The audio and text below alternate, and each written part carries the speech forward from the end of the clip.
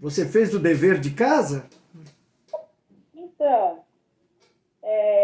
vamos lá. A pergunta, deixa eu ver, eu respondi aqui no meu rascunho, É, por que foi criado, porque Adão foi criado, não é isso? sim, Então, eu tenho em mente que Adão foi criado porque, bom, Deus na sua, né, em toda a sua. seu amor, sabedoria. Ele foi criou o mundo, né? Foi lá, criou o jardim, ele colocou lá o jardim do Éden, tudo bonitinho, tudo lindo. Imagina as frutas no jardim do Éden, ele ia ficar. Imagina o tamanho das árvores. Então fez aquilo tudo, né? E como ele, eu imagino que ele tenha criado Adão justamente, lógico, com uma visão futurística, que lógico, tudo pertence a ele, né? A visão Sim, futurística pertence a nós humanos. Mas a ele, como ele sabe de tudo e já vê tudo, eu imagino que ele tenha criado o Adão justamente para tomar conta, preservar lá o Jardim do Éden, e mais já com a visão, lógico, soberana de que seria povoada a terra e que aí seria, né? Isso que eu imagino, é né? isso aí, Falando de uma bacana, forma simplificada, né? bacana. Mas é isso aí. Era só curiosidade para eu saber o que se tem, né? A ideia que uma pessoa tem sobre isso, né? Nós vamos falar um pouquinho agora sobre Deus, né? Os É, atributos de Deus, né? A gente vai falar um pouquinho aí, ler alguns versículos aí. Você está com a Bíblia aí, ou no celular, ou no, não sei aonde. Eu vou ler aqui Êxodo 15:11, né? Que fala para a gente começar a falar sobre os atributos de Deus. Eu vou ler Gênesis 15:11 e depois 1 Timóteo 6:16. Tá? Ó Senhor, quem é tu entre os deuses? Quem é como tu, glorificado em santidade, admirável em louvores, realizando maravilhas?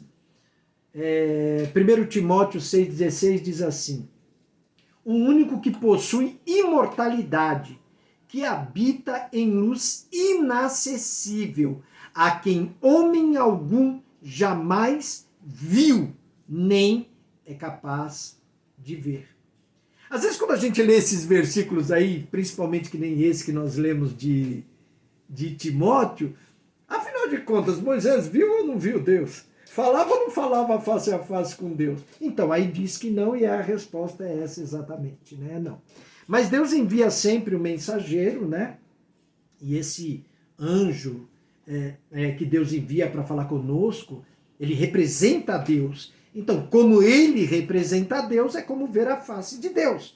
Não tem como fugir disso, né? É como se fosse um profeta. Se um profeta, verdadeiramente profeta, vem com uma profecia de Deus, essa pessoa não é que ela é Deus, mas ela está ali no lugar de, representando a esse Deus e falando, né, em nome desse Deus.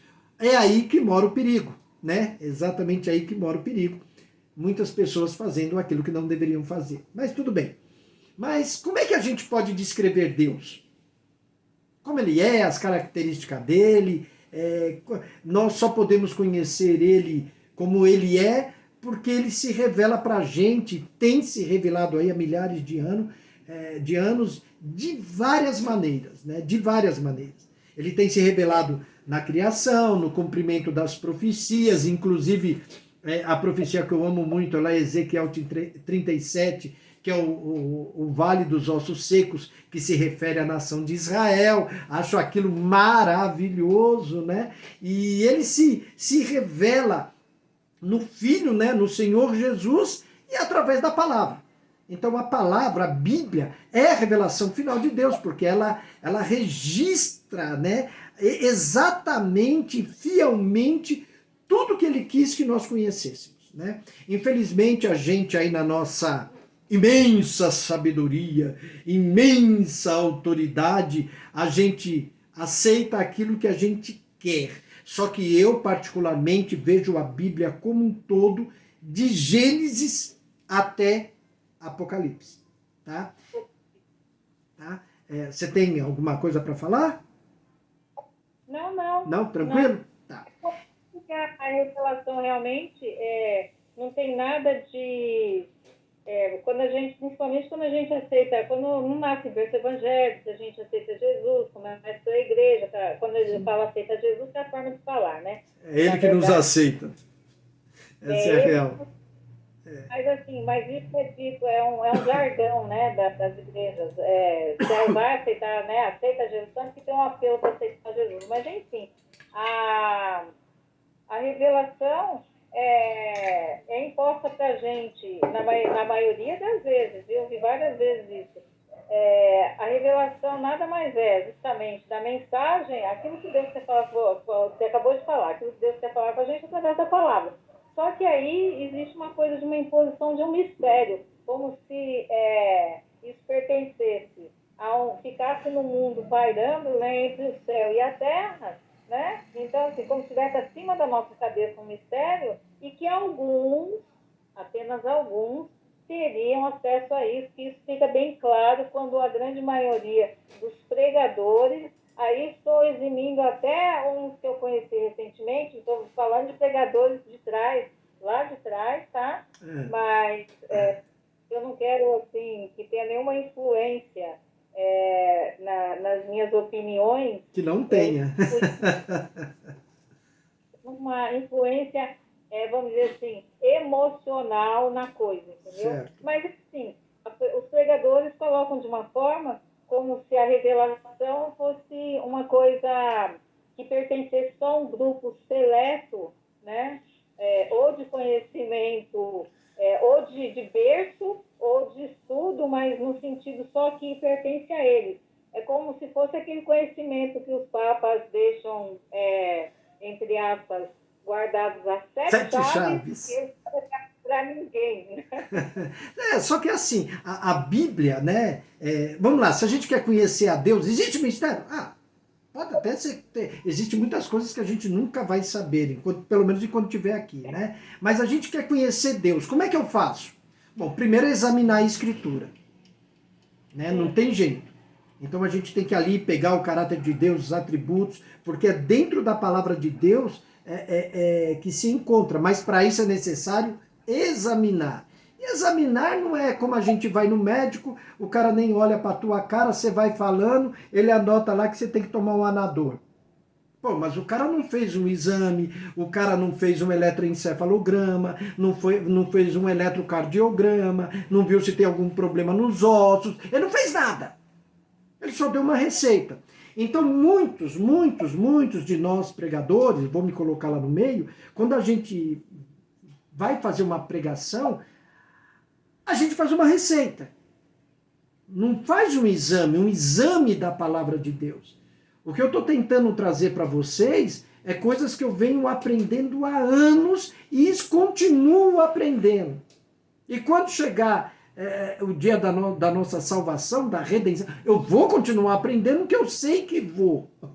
Né? É para isso que nós teremos aí uma eternidade maravilhosa para viver aprendendo. Então, nós continuamos aprendendo. Assim, ninguém sabe tudo, mas existe uma exatidão na palavra de Deus que confronta determinados estudos. É o que eu venho falando, determinadas coisas que as igrejas aceitam hoje, elas são coisas que veio só de 200 anos atrás. Não são coisas de 2000 anos atrás.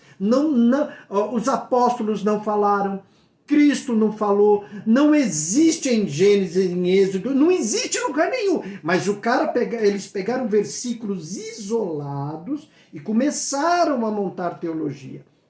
Eu estava vendo um vídeo sério que o presbítero Genival me mandou, um vídeo sério, de um pastor sério.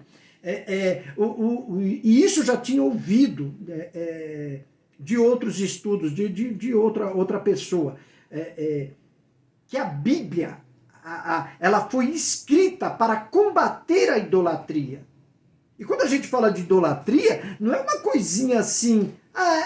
Não é. Você vai a fundo que você vai descobrir o porquê tem serpente lá no paraíso, né? Por que colocou a serpente lá que simboliza lá o tal que se rebelou contra Deus, né? Por que tem aquela serpente? Né?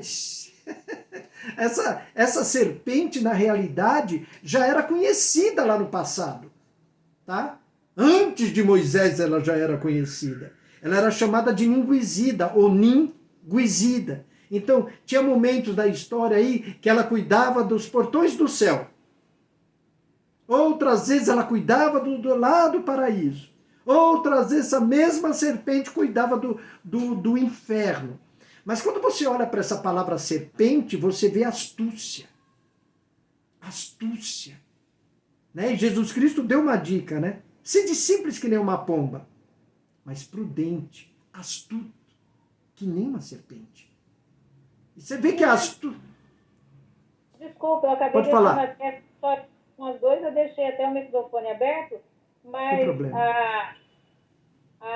tanto que os egípcios usavam muito. Isso a gente aprende não só em história, a gente Sim. não só na Bíblia, história bíblica, mas em história geral, Sim. né, da humanidade, que eles usavam muito a figura Da serpente. da serpente, mas justamente significando justamente essa astúcia, essa esperteza, e um grau assim de, como é que fala? Havia uma coisa de um culto realmente. A serpente. Principalmente as rainhas, os reis, eles sempre tinham alguma coisa de serpente pelo meio, porque para mostrar justamente, porque até ali você poderia ir, daí em diante era perigoso, né? Perigoso. Mas na verdade se referindo à primeira pessoa e não ao terceiro, né? Isso. Então, se nós abrirmos os nossos olhos, porque quando eu vim para o Evangelho, como eu fui enganado, assim que eu tive meu primeiro emprego, que eu pedi para Deus, Deus, eu preciso de um emprego para comprar minha Bíblia. Eu tinha lá meus 19 para 20 anos, né? Aí eu consegui meu emprego, meu primeiro salário, vazei para Conde de Sarzeda na época e comprei minha Bíblia. Então o que eu fiz? Eu comecei a ler 25 capítulos por dia. É bastante, hein? Eu abomino quem diz para mim que não tem tempo. Me dá vontade de chamar de mentiroso, porque é mentiroso sim. Tá? Seja você, seja... não tive tempo de ler. É mentira. Você teve tempo de dormir, tempo de assistir televisão, tempo de ir para o cinema, tempo de ir para... Você teve tempo para tudo. Para ler uma passagem da Bíblia, você não tem tempo. É mentira. É mentira. Aí o que as pessoas se tornam? Se tornam papagaios de repetição. As minhas dúvidas...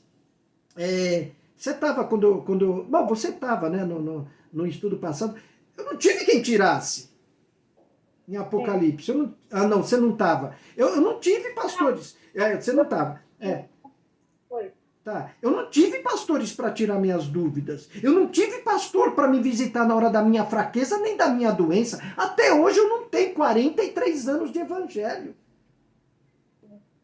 Ontem eu recebi um abraço gostoso, porque eu ando meio capenga da pressão. Eu recebi um abraço gostoso e me pegaram, me abraçaram. Deus, não deixa ele partir agora não. Eu até comecei a rir. Eu falei, não, é isso não. Não houve essa não. Se for para partir agora aqui... Eu até brinquei, sabe? Uma pessoa preocupada, de coração, sabe? Então, o que eu encontrei no meu caminho que me fortaleceu? Não foi pastor ou gente que tem título. O que eu encontrei foi pessoas que não tinham título, mas tinham Deus, né? Deus em seu coração. Porque título é o que menos importa. Apesar do título dar abrir portas, né? Certos títulos abrem portas.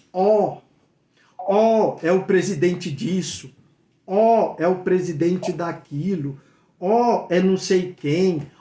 É isso, é aquilo. Apesar disso, o título não dá caráter, não dá vida, título não dá conhecimento, né? Então, o que a gente precisa na vida da gente realmente é conhecer a Deus, que foi o que eu me propus. Que mesmo o pastor que me pisou, mas aquilo tudo foi medo dele, medo pelo que ele estava fazendo. E eu tendo 2 meses dentro da igreja, eu entendi que era um medo por causa do pecado dele. Deus havia revelado para um cara que acabou de chegar numa igreja lotada. em que as profecias para ele eram: eis que estou muito contente contigo, eis que te colocarei, eis que tu és o meu. Era esse tipinho de profecia que eu não acerto em hipótese alguma. Tá? Em hipótese alguma. Essa coisa ser falada para mim particularmente, né? Então, para eu poder ter conhecido a Deus, eu tive que ler e ler muito. Só que as minhas dúvidas eles não tiravam. Então eu comecei a perceber, estudando aqui e ali, buscando com pessoas sérias aqui e ali, coisas que foram implantadas, mas são coisas de Roma. Sabe? Coisas que são aceitas hoje tranquilamente, e lá ou aceitava ou morria. Ou aceitava era excomungado. Não é assim? Ou você aceita isso ou já era. É lá que a gente vê o antissemitismo. Não é? Lá você já começa. A igreja do primeiro século era uma B, claro que Deus ia operar. A igreja estava firme, os apóstolos, né, e muitos discípulos, que não eram só 12, né, eles estavam firmes na palavra. Firmes. Mas há coisas que eu tive que buscar explicação, eu tive que buscar de Deus. Nem tudo Deus vai me revelar, eu tenho que ir atrás. Aí Deus me revela. E como é que me era revelado? Eu preciso disso, Senhor. Eu preciso de material para me entender isso. Aí passava uma semana, 2, um mês, aparecia um material. Meu Deus, aquilo que eu estava orando para vir.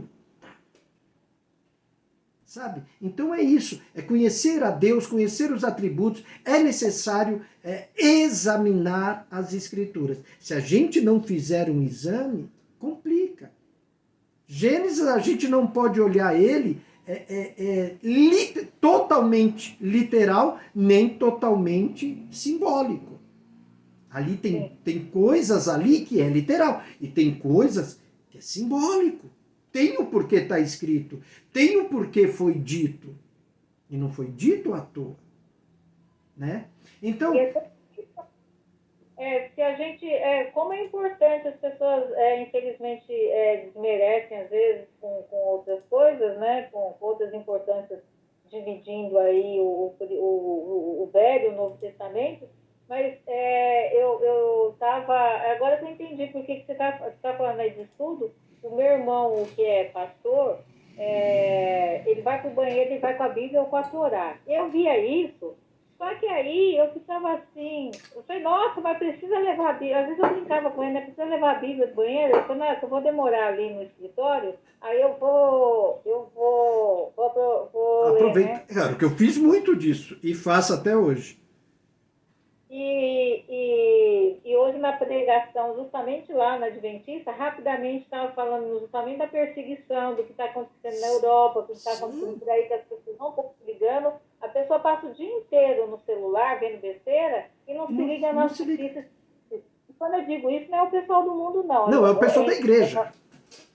É falando da igreja. E hoje você fala de Laodiceia, não sei o quê, estava lá em Efésios, parará, e parou aí, né? E aí eu fiquei pensando justamente, mas a gente precisa estudar, e como os 5 primeiros livros são tão ricos, mas tão ricos. Riquíssimos, riquíssimos. Eu estou falando a gente, estou falando por mim mesmo, até pela falta de conhecimento ainda, né? É uma coisinha muito pequena que eu estou aprendendo, e assim... Como é rico, e esses 5 primeiros livros, como são tão importantes para o restante, sendo que, lógico, tudo é importante, como você falou no início de Gênesis e Apocalipse. Sim, né? sim.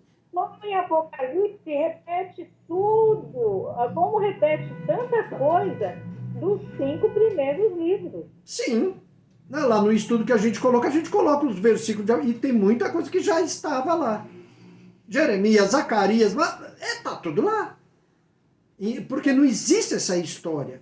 Porque Paulo se converteu ao cristianismo. Como, gente? O cara era judeu, fariseu. Então a ideia que nós colocamos é muito complicada. Né? Então a gente tem que... Agora, o que o estudo faz? O estudo, ele nos confronta. Porque o que você aprendeu, de repente vai ser confrontado. Né? Eu já fiz isso com muita gente, até com pastores. Não, irmão Luiz, você tem certeza? Tem. Pega a Bíblia, daqui. Vamos ler versículo por versículo. Contexto, texto com contexto. A pessoa começou a ficar apavorada. Não, não, mas eu não creio. Ah, tá. Agora olha o que se está rejeitando. Ouviu, sabe que é verdade, mas rejeita a verdade. Isso a gente pode fazer, a gente tem livre-arbítrio. Agora não vem falar para mim que cancelou, que acabou, que tocaram o fogo, que é mentira. Né? É mentira. Se as pessoas não conseguem entender, Paulo, com pouco conhecimento que eu tinha lá atrás, mas de tanto ler, eu percebi uma coisa. Nem todos, tem muita gente séria por aí, ponta firme, nem todos. Né? É claro, eu não vou generalizar. Mas eu sempre falei nas igrejas que eu passei ajudando. Se Paulo tivesse no nosso meio, eu não vou falar nem de Jesus, se Paulo, a gente não aceitaria. Que é mentira. Porque se nós rejeitamos o que está escrito e ainda pregamos Paulo como, que grande apóstolo, o cara fala isso, mas não faz metade do que ele faz. Nem tem coragem. Porque o que acontece com as igrejas? O conhecimento que eu tenho, um pouco, dependendo da igreja que eu estou, eles vão me rejeitar. Em vez de me abraçar. Eu, ao contrário, eu abraço quem entende e quem não entende. Se a pessoa entendeu daquele jeito, é do jeito que você entendeu, queridão, tá bom.